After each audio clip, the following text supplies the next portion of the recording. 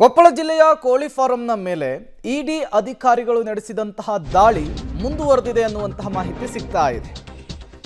ಕುದುರೆಮೋತಿ ಗ್ರಾಮದ ಹೊರವಲಯದಲ್ಲಿ ನಿನ್ನೆ ಇಡಿ ದಾಳಿಯನ್ನ ಮಾಡಿತ್ತು. ಇಲ್ಲಿ ಧನಲಕ್ಷ್ಮಿ ಕೋಳಿ ಫಾರಂ ಮೇಲೆ ಈ ರೇಡ್ ಆಗಿತ್ತು. ಎರಡನೇ ದಿನವೂ ಕೂಡ ಜಾರಿ ನಿರ್ದೇಶನಾಲಯದಿಂದ ದಾಳಿ ಮುಂದುವರೆದಿದೆ. ಇನ್ನೊಂದು ಕೋಳಿ ಫಾರಂನಲ್ಲೂ ಕೂಡ ದಾಖಲೆಗಳನ್ನ ಪರಿಶೀಲನೆ ಮಾಡುವಂತಹ ಕೆಲಸವನ್ನ ಅಧಿಕಾರಿಗಳು ಮಾಡ್ತಾ ಇದ್ದಾರೆ. ಸುಮಾರು 8 ರಿಂದ 10 ಜನ ಇಡಿ ಆಫೀಸರ್ಸ್ ಈ ಪರಿಶೀಲನೆ ಮಾಡ್ತಾ ಇರುವಂಥದ್ದು. ಕೊಪ್ಪಳ ಜಿಲ್ಲೆಯ ಕೋಳಿ ಫಾರಂ ಮೇಲೆ ನಿನ್ನೆ ಇಡಿ ದಾಳಿ ಮಾಡಿತ್ತು. ಆ ಇಡಿ ದಾಳಿಯ ಮುಂದುವರೆದ ಭಾಗ ಇವತ್ತು ಕೂಡ ಆಗ್ತಾ ಇರುವಂಥದ್ದು. ಇವತ್ತು ಕೂಡ ಇಡಿ ರೇಡನ್ನು ಮುಂದುವರಿಸಿದೆ. 8 ರಿಂದ 10 ಜನ ಇಡಿ ಅಧಿಕಾರಿಗಳು ಪರಿಶೀಲನೆಯನ್ನು ನಡೆಸ್ತಾ ಇದ್ದಾರೆ.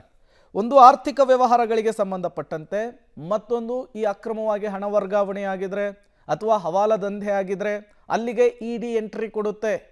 ಈಗ ಕೊಪ್ಪಳದಲ್ಲೂ ಕೂಡ ಇಡಿ ರೇಡ್ ಮುಂದುವರೆದಿರುವಂಥದ್ದು.